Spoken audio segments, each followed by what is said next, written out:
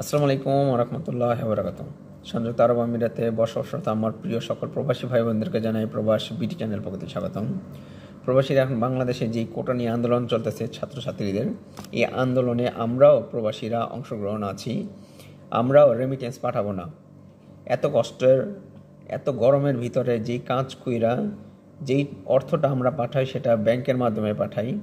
যেই ব্যাংকের মাধ্যমে পাঠানোর জন্য আমাদের বাংলাদেশে অর্থনীতির চাকা সচল আছে।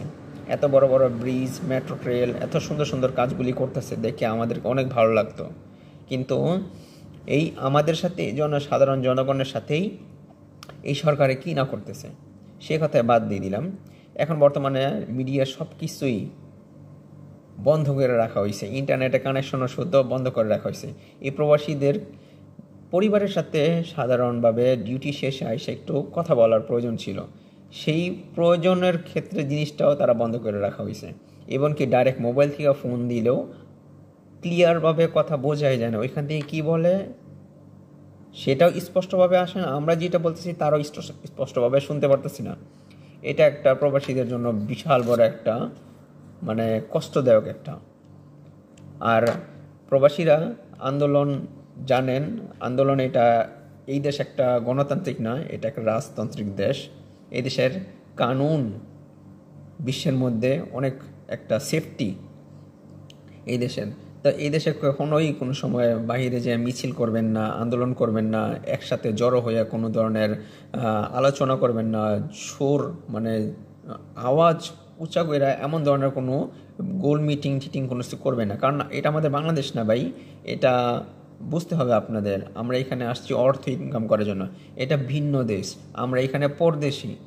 আমরা এখানে আসছি প্রবাসী থাইকা কিছু টাকা ইনকাম করার জন্য, পরিবারের জন্য, আমাদের দেশের অর্থনীতি চাকাটাকে সচল রাখার জন্য।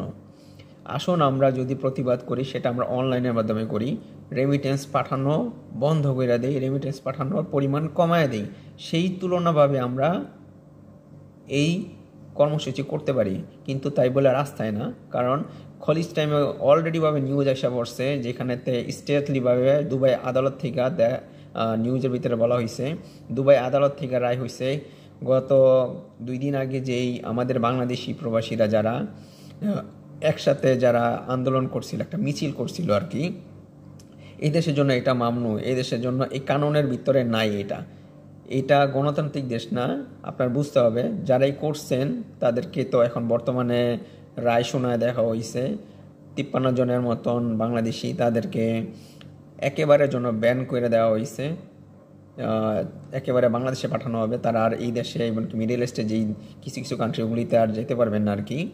ইভেন আর তাদের মধ্যে 3 জনকে তারা এই দেশেতেই যাবজ্জীবন কারাদণ্ড দিয়ে দিছে। তো আল্লাহর কাছে দোয়া করি, কারণ এরকম ভুল আর কেউ করবেন না। কারণ কারো মাথায় যদি এই ধরনের কোনো প্ল্যান ও প্রোগ্রাম থেকে থাকে, মাথা থেকে আজ ছাড়াই দেন ভাইজান। আমরা তো বললামই, আমরা যদি করতে পারি তাহলে অনলাইনের মাধ্যমে আমরা করতে পারি, যেটা শুধুমাত্র আমাদের রেমিটেন্স, যে রেমিটেন্সের জন্য আমাদের বাংলাদেশের অর্থনীতির চাকা সচ্ছলভাবে ঘুরতেছে, সেই রেমিটেন্সের পার্সেন্টেজ আমরা কমায় দিই। প্রয়োজন ছাড়া না পাঠাইলেই আমাদের বাংলাদেশে রেমিটেন্স বেশি যাবে না। আর এতেই আমাদের সরকার অন্ততপক্ষের প্রবাসীদের যেই দাবি সেটা মেনে নেবে। আর আমি সবার কাছে অনুরোধ করব, প্লিজ, বর্তমানে এখন যে পরিস্থিতি হইতেছে, ব্যাংকে কেউ টাকা ছেড়েন না। বাংলাদেশের ব্যাংক ওয়েবসাইটে যায় দেখবেন যে হ্যাকারদের কাছে এটা হ্যাক হয়ে রয়েছে। ওয়েবসাইট এমনকি বিভিন্ন ধরনের সরকারি যেই কার্যকলাপের যেই ওয়েবসাইটগুলি ছিল সেগুলি ম্যাক্সিমামগুলোই এখন বর্তমানে ব্লক হয়ে রয়েছে, ওগুলিতে কাজ করতেছে না। এখন যদি আপনারা টাকা ছাড়েন, খোদা না খাস্তে এই টাকা যদি আপনার ব্যাংকের মাধ্যমে ছাড়তেছেন, যদি না যায়, বা এই টাকা যদি আপনি পরবর্তীতে কোনো প্রুফ নাই, তো কারণ আপনি তো অনলাইনের মাধ্যমে ছাড়তেছেন, তাই না? তারা এখান থেকে যারা ছাড়তেছেন, এক্সাম্পল আপনি এক্সচেঞ্জ থেকে ছাড়ছেন, তারা তো ছেড়ে দিছে।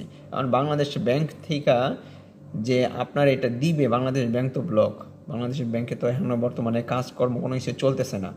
তাই আমি বলবো এই ঝুঁকি নিয়ে কেউ টাকা ছাইরেন এখন বর্তমানে।